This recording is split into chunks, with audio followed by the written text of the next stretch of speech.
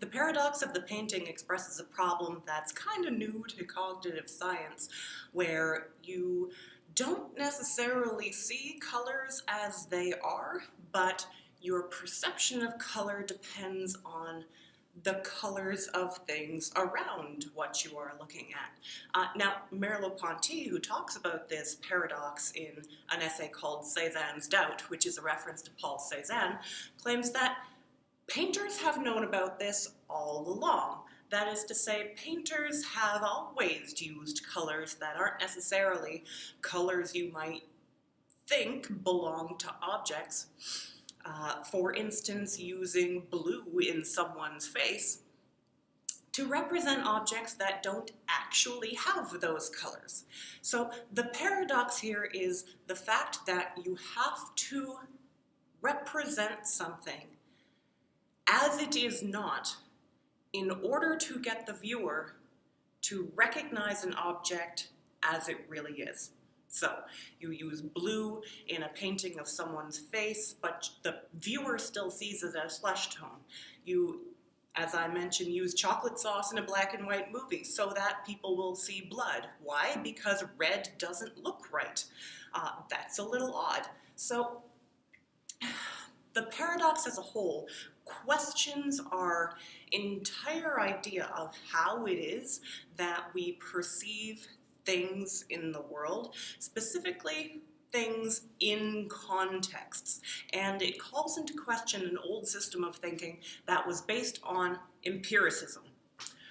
We have mentioned empiricism before, and it is, as we recall, a theory where we get our knowledge of the universe through observation, and observation means perception.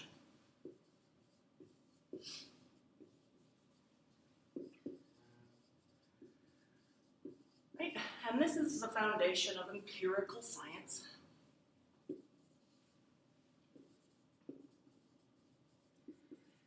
And what it tells us is that the best information we're going to get out of the universe, we get by looking at things, by hearing things, by smelling things.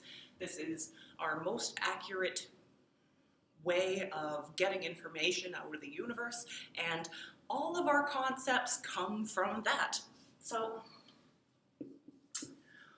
imagine any object in the universe. How do you get a concept of this marker? John Locke and the other empiricists would tell you that you don't actually see a marker.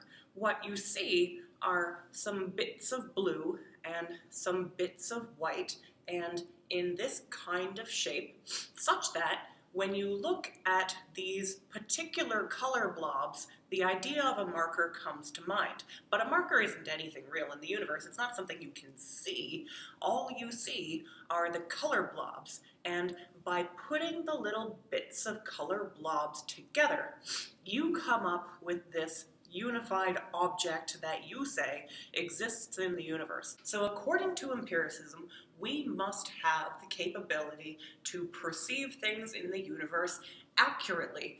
That is to say, when I look at this marker, what I see first primarily are the bits of blue and the bits of white, and I add those together, right? So I take in my sense data,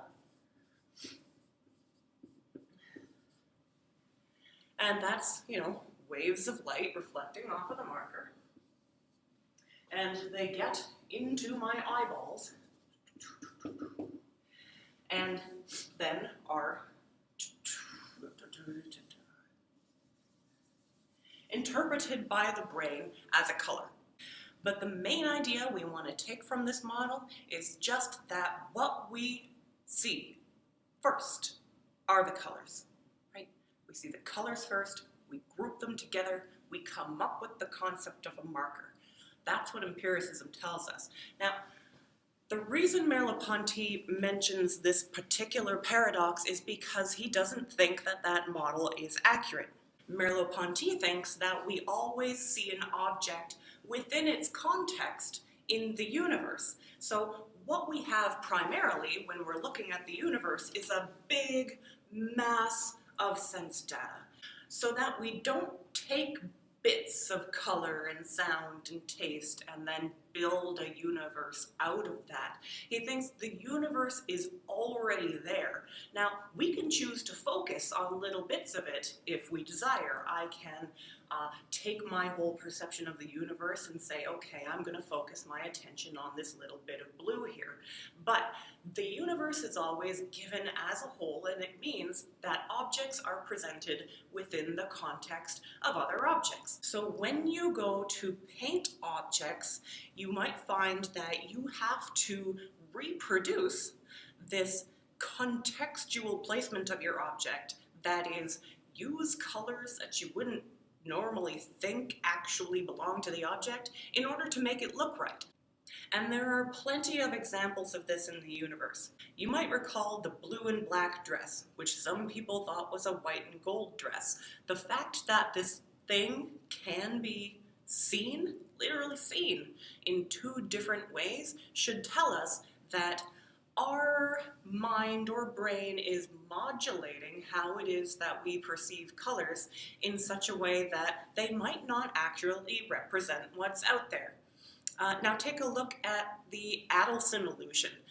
The squares A and B are actually the same color. Like if you go into Photoshop and you look at what the RGB values are, they are exactly the same color, but because of the context and where they are placed, we perceive them as a lighter gray and a darker gray. The way that painters have integrated this into their works over however long art has existed is to use unintuitive colors to represent objects, things that you wouldn't necessarily think you would use. And Merleau-Ponty uses the example of Paul Cézanne just because he's one of the most obvious cases. Sometimes he'll use red within grass to make it look green, and sometimes he'll use blue in people's faces to try to make them look flesh-toned. Even though, if you were to examine the light waves coming off of these objects in the universe, they would in no way be reflecting blue light. So we can look at the card players here, or at the artist's son in your reading, and see what Cézanne is doing with colors here.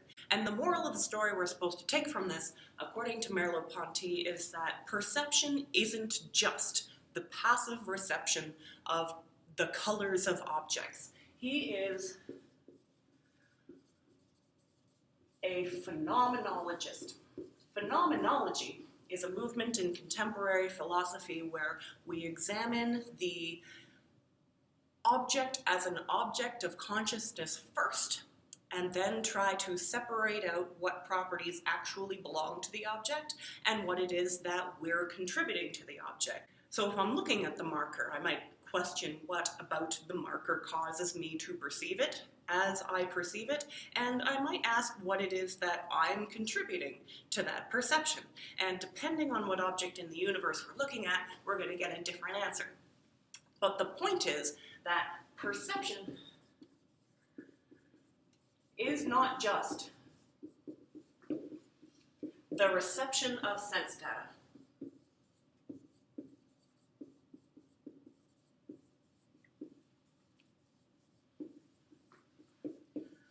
Our consciousness actively interprets the sense data, and sometimes in such a way that we actually have to make things appear the opposite of how they are in order to make them seem like what we want them to seem like.